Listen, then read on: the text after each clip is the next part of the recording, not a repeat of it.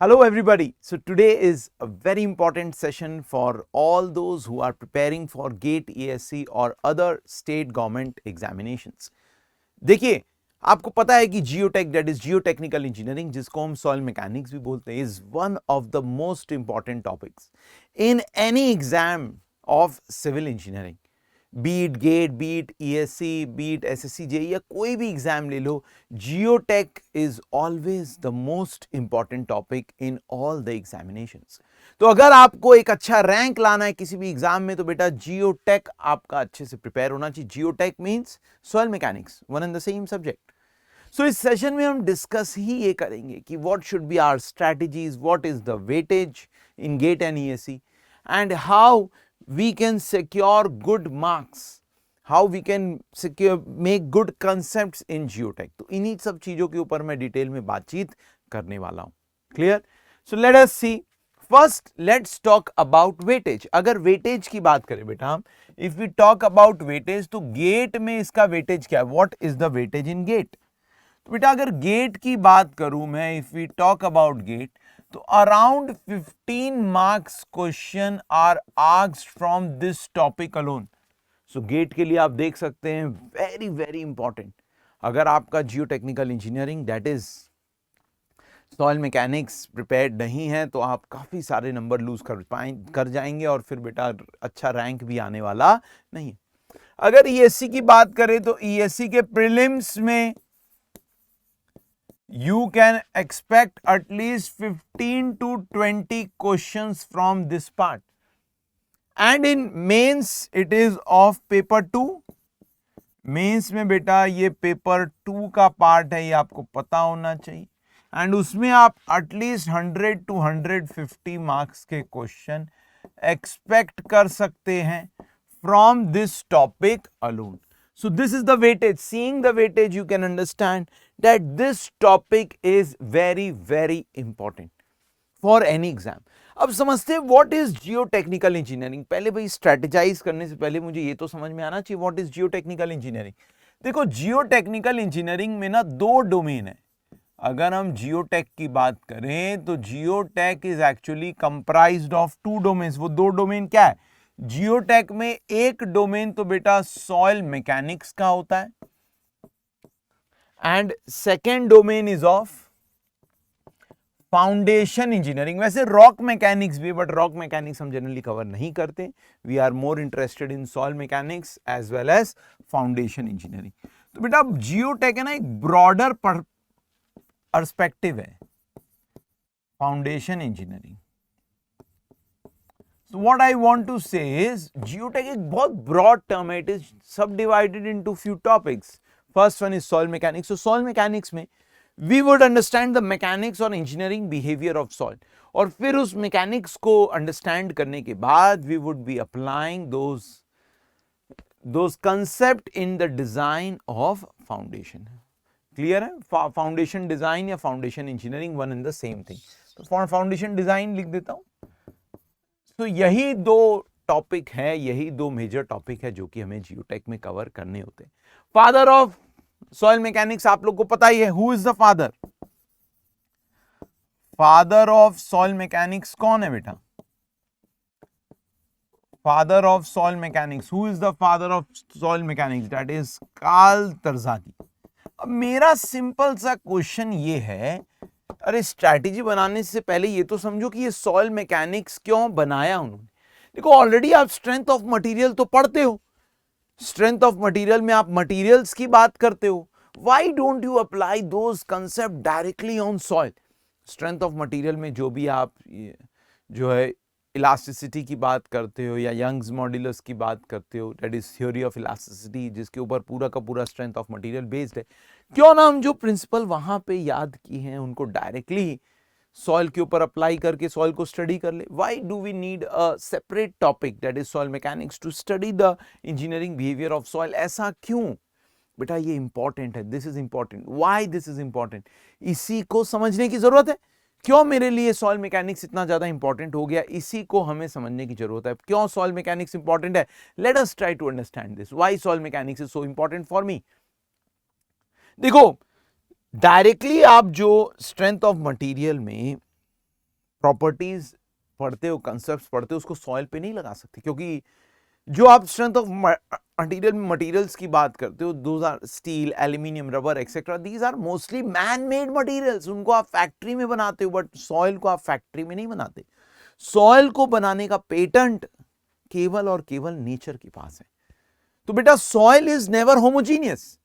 आप theory of elasticity जब लगाते हो तो आप क्या मान के चलते हो कि material should be homogeneous, isotropic and linearly elastic.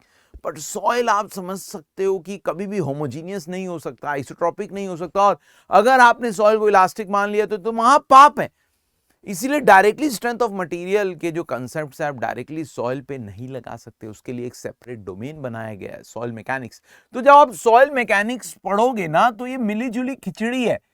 इसमें आप देखोगे कि कुछ कंसेप्ट्स तो फ्लूइड मैकेनिक्स के आते हैं, कुछ हम स्ट्रेंथ ऑफ मटेरियल के कंसेप्ट यूज करेंगे, और कुछ न्यू टर्म्स भी दिए। तो तरजागी जी ने क्या किया, एक मिली जुली खिचड़ी बना दी है। यहां पे कुछ टर्म्स हम फ्लूइड मैकेनिक्स के या कुछ कंसेप्ट फ्लूइड मैकेनिक्स के यूज करते हैं, यहाँ पे कुछ कंसेप्ट हम स्ट्रेंथ ऑफ मटेरियल से भी उठाएंगे, और कुछ नए टर्म्स डाल दिए, मिला जुला के बना दिया हमारा सॉइल मैकेनिक्स। तो जब भी आप सॉइल मैकेनिक्स पढ़ोगे तब आप देखोगे कि कुछ कंसेप्ट फ्लूइड मैकेनिक्स के आ रहे, कुछ कंसेप्ट स्ट्रेंथ ऑफ मटेरियल के आ रहे, कुछ नए टर्म्स आए, जिसके हेल्प से we would study this soil mechanics, that is the engineering behaviour of soil. अब स्ट्रैटेजी क्या है वो अपने आप बन जाएगी हमारी। अब ये तो समझ में आ गया कि स्ट्रेंथ सॉइल मैकेनिक्स पढ़ना कैसे है, सॉइल मैकेनिक्स में होता क्या क्या है। अब अगर हम सॉइल मैकेनिक्स पढ़ना कैसे ये समझे तो उसके लिए we should see the content of this soil mechanics. देखो सॉइल मैकेनिक्स में क्या है ना, हर एक जो चैप्टर है that is concerning to a problem. हर एक चैप्टर में मैं किसी प्रॉब्लम का सोल्यूशन निकाल रहा हूं। क्या क्या प्रॉब्लम का सोल्यूशन है देखते हैं। अगर पहला चैप्टर की बात करें, ओरिजिन ऑफ सॉइल, इसमें आप देखोगे कि नेचर में सॉइल बनता कैसे है, what are the various processes involved in the manufacturing of this material in nature. क्योंकि अगर आपको ये प्रोसेस पूरा का पूरा क्लियर हो जाएगा बेटा, तो it will help us to understand the engineering behaviour in detail. तो पहला चैप्टर इसलिए इंपॉर्टेंट है। सेकेंड चैप्टर में we would study the soil water relationship and index properties of soil. Index properties वो प्रॉपर्टीज है सॉइल की जिसके through आप सॉइल की इंडेक्सिंग करते हो, क्लासिफिकेशन करते हो। They are those engineering properties of soil. तो बहुत ही इंपॉर्टेंट चैप्टर है। इसमें soil water relationship that is मट्टी और पानी के संबंध की बात करेंगे। बहुत सारे नए नए टर्म्स बताते हैं इसमें, like void ratio, water content, degree of saturation etcetera etcetera. Plus फिर इन टर्म्स की हेल्प से मैंने कुछ इंडेक्स प्रॉपर्टीज डिफाइन कर दी, like plasticity index, liquidity index, consistency index, flow index. बहुत सारी प्रॉपर्टीज हैं जिनके हेल्प से हम सॉइल के इंजीनियरिंग बिहेवियर को आगे जाके स्टडी करेंगे। सबसे पहला यूज क्या है इस इंडेक्स प्रॉपर्टीज का, that is classification of soil. Soil को नेमिंग करने का तरीका बहुत इंपॉर्टेंट चैप्टर है। इसमें आपको समझ में आएगा कि सॉइल को नेमिंग करने के रूल्स क्या है। तो इस प्रॉब्लम का सोल्यूशन निकाला कि भाई सॉइल को कुछ नेम देना है, उसका सोल्यूशन क्या है भाई, इंडेक्स प्रॉपर्टीज को यूज करते हुए कुछ रूल्स है जो कि इंडियन स्टैंडर्ड कोड में गिवन है, जो कि पढ़ाए जाते हैं। With the help of that we would be classifying the soil, that is giving it a unique name. Next is soil structure and clay minerals. इसमें हम क्ले की प्रॉपर्टीज इन डिटेल में पढ़ते हैं, जिससे मुझे पता चले कि भाई क्ले का जो बिहेवियर है, इंजीनियरिंग बिहेवियर सैंड से क्यों अलग है। What is causing a peculiar behavior in clay? Clay का बिहेवियर काफी इंटरेस्टिंग है। काफी वाटर वो एब्जॉर्ब कर लेती, बट हर टाइप के क्ले नहीं करते वो।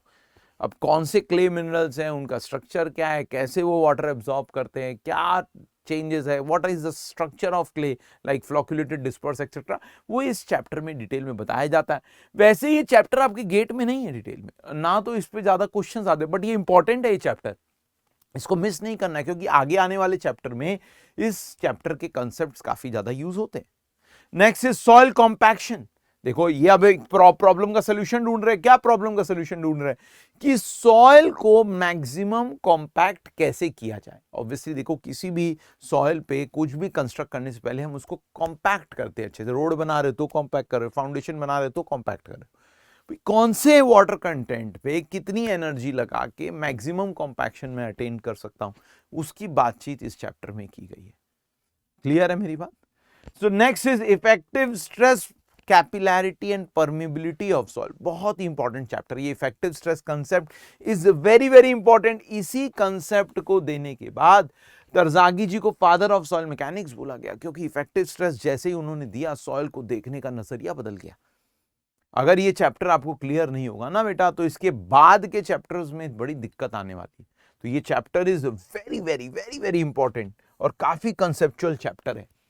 परमिबिलिटी में हम लोग बात करेंगे ease with which water can pass through the soil.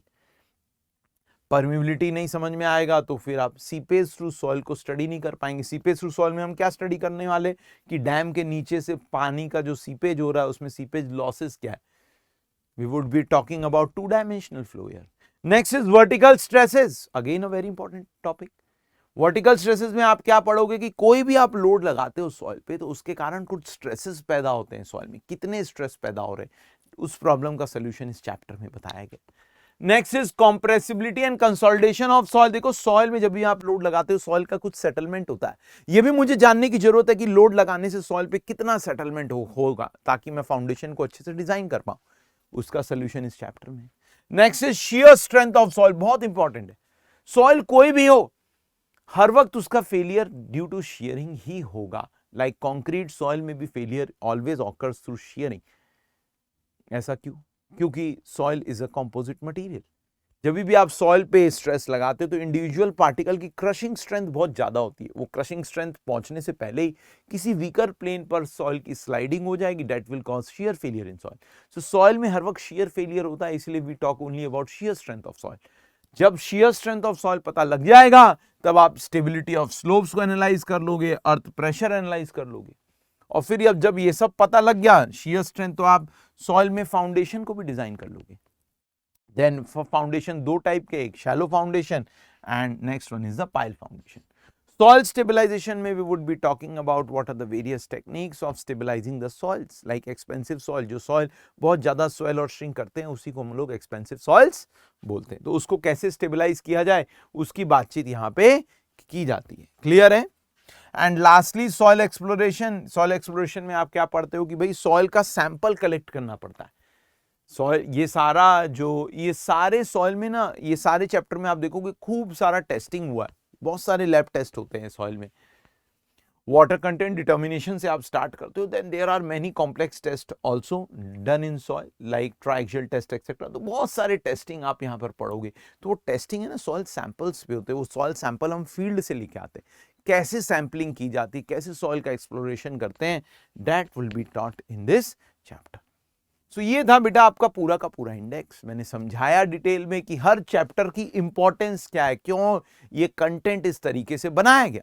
अगर आप ये समझोगे, फील करोगे, तभी आप जो है चैप्टर को और अच्छे से पढ़ पाओगे। क्योंकि आपको पता होना चाहिए आप कोई चैप्टर पढ़ रहे हो तो उसके पीछे का एम क्या है। अब अगर एग्जाम पॉइंट ऑफ व्यू से बात करें, अगर जो कि सबको जानने की बहुत इच्छा होती है, वैसे तो देखो सारे चैप्टर इंपॉर्टेंट है क्योंकि every chapter is interlink with each other. But हाँ, आप जानने की कोशिश करते हैं बहुत बार कि सर इसमें से ज्यादा इंपॉर्टेंट चैप्टर कौन सा है, कि जब मैं प्रिपेयर कर रहा हूं तो कौन से चैप्टर पर ज्यादा स्ट्रेस किया जाए। तो बेटा मैं बता दूं आपको, सॉइल वाटर रिलेशनशिप बहुत इंपॉर्टेंट चैप्टर है। इफेक्टिव स्ट्रेस मैंने बताया ही आपको, this is also very important chapter. Shear strength of soil, consolidation, shallow foundation, deep foundation, in chapter से काफी ज्यादा क्वेश्चंस पूछे जाते हैं। बाकी चैप्टर से भी आते, बट देखा गया है कि इन चैप्टर से क्वेश्चंस की मात्रा ज्यादा है आपके एग्जाम में। पढ़ने तो बेटा सारे ही पढ़ेंगे, but these are most important chapters, और थोड़े कॉम्प्लेक्स भी है चैप्टर, पढ़ने में थोड़ी समय भी लगेगा और इसमें आपको समय बिताना भी चाहिए। इन चैप्टर्स को समझने में भी आपको टाइम थोड़ा ज्यादा देना पड़ेगा। अब बात आती है सर पढ़ने के लिए हम कौन से बुक्स को रेफर करें सॉइल मैकेनिक्स को पढ़ने के लिए। वैसे तो बेटा मैं बता दूं, एक अच्छा मेंटोर अगर हो तो बढ़िया है सॉइल मैकेनिक्स को पढ़ने के लिए, क्योंकि सिलेबस इज वेरी ह्यूज। उसको ना कन्फाइन करना बहुत परेशान नहीं हो जाती। सेल्फ स्टडी से आप सॉइल मैकेनिक्स पढ़ सकते हो, but it will require more patience, more time. बाकी एक अच्छा मेंटोर हो आपके पास में तो आप अच्छे से कंसेप्ट्स को बिल्टअप कर पाएंगे। बाकी आपकी इच्छा है। अगर आप सेल्फ स्टडी करना चाहते हैं तो these many books you can refer. Generally मैंने ये सारे बुक्स रेफर किए हैं नोट्स बनाने के लिए, जिसमें सबसे इंपॉर्टेंट अगर एक ही बुक आप रखना चाहते हो तो कम से कम बेटा basic and applied soil mechanics by Gopal Ranjan and A S Rao, very important book. काफ़ी अच्छे कंसेप्ट्स आप इसको रेफरेंस के लिए अपने पास रख सकते हो। बाकी ये सारे बुक्स और भी हैं जो मैं रेफर करता हूँ, जो मुझे अच्छे लगते हैं। बट बाकी ये A.S. Rao and Gopal Ranjan is one of the best books that you can refer for having good concepts on or good command on geotech. बाकी मैं आपको श्योर करता हूँ, if you have my notes would be more than sufficient. बाकी अगर आप lecture attend करो तो और मजा आएगा आपको सॉइल मैकेनिक्स को डेप्थ में समझने के लिए। तो बाकी कोई डाउट्स हो तो आप कमेंट सेक्शन में बेटा दे सकते हो। तो मैंने समझाया आपको what should be are your strategy to secure good marks in geotech. हमने देखा कंटेंट क्या है, किस तरीके से उसको समझा जाए, what is geotech, why it is so important. बाकी आप प्रिपरेशन चालू रखिए, बिना जियोटेक पढ़े अच्छे से काम नहीं चलेगा। और एक चीज मैं लास्ट में जाते जाते बताना चाहता हूं, जो कि एक मिथ है कि जियोटेक में बहुत कुछ रटना पड़ता है, ऐसा कुछ भी नहीं है। जब आप मुझसे सॉइल मैकेनिक्स या जियोटेक पढ़ोगे तो आप रियलाइज करोगे, और आपके बहुत सारे सीनियर्स ने मुझसे कोर्स पढ़ा भी है तो उनसे पूछ के देखना, जियोटेक में बेटा 5 से 10% चीजें हैं जो कि रटनी है, बाकी सब कुछ समझना ही होता है। और बिना समझे तो बेटा आप वो 5-10% चीजें भी नहीं रट पाओगे। तो एक बार अगर आप जियोटेक की क्लास अटेंड कर लोगे, या अगर आपने क्लास अटेंड की है तो जरूर कमेंट सेक्शन में बताइएगा how did you like the classes. तो भाई geotech is very important topic, उसको अच्छे से समझो ताकि आप अच्छे से उसको स्कोर कर पाओ और अच्छे रैंक ले पाओ अपने एग्जाम्स में। Okay, bye bye, take care, Jai Hind.